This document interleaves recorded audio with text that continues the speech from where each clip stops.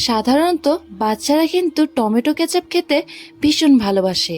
তাই বাচ্চাদের কথা মাথায় রেখে বাড়িতেই কিন্তু খুব সহজ পদ্ধতিতে এরকম টমেটো সস বানিয়ে রাখতে পারেন। হাতের কাছে যদি অনেক বেশি টমেটো থাকে তাহলে কিন্তু চট করে এরকম একটি সস বানিয়ে রেখে দিতে পারেন। এটা বাজারের থেকে কেনা সসগুলোর থেকেও ভীষণ ভালো হয়, আর এটা কিন্তু থাকেও বেশ অনেক দিন পর্যন্ত। সসটাকে বানানোর জন্য একদম পাকা পাকা টমেটোগুলোকে নিয়ে নেবেন। এবার এগুলোকে ধুয়ে একদম পরিষ্কার করে আমি এগুলোকে সেদ্ধ করে নিচ্ছি। টমেটোগুলো সেদ্ধ করতে খুব বেশি একটা সময়ের প্রয়োজন হয় না। গ্যাসের ফ্লেমটাকে হাইতে করে 10 থেকে 15 মিনিটের মতো এরকম জাল করে নিলে কিন্তু এটা খুব ভালোভাবে সেদ্ধ হয়ে আসে। 15 মিনিট পরে টমেটোগুলো খুব ভালোভাবেই সেদ্ধ হয়ে গেছে।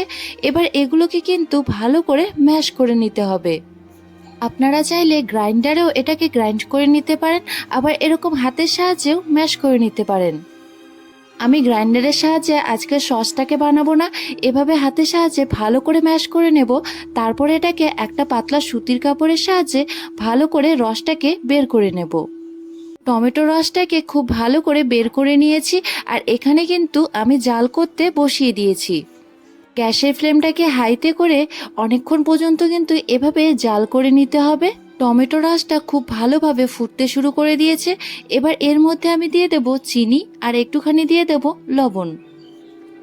টমেটো রসটা যতক্ষণ না পর্যন্ত গাঢ় হয়ে আসছে ততক্ষণ কিন্তু এভাবেই অনবরত জাল করে নিতে হবে, আর একটু পরপরই এভাবে নাড়িয়ে দিতে হবে।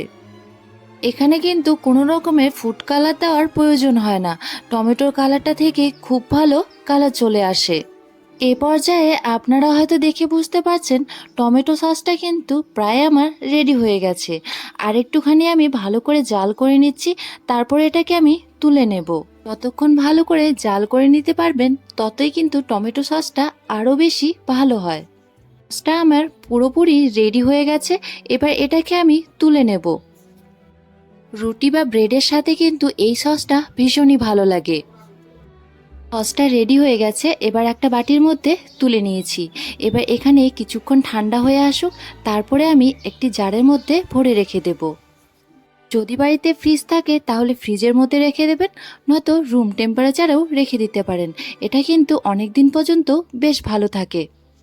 আজকের এই রেসিপিটি আপনাদের যদি ভালো লেগে থাকে তাহলে ভিডিওটি লাইক করে শেয়ার করে দেবেন, আর আমার পেজটিতে নতুন হয়ে থাকলে পেজটি ফলো করে পাশে থাকবেন। দেখা হচ্ছে নেক্সট একটি ভিডিওতে। ততক্ষণে ভালো থাকবেন, সুস্থ থাকবেন, সাবধানে থাকবেন।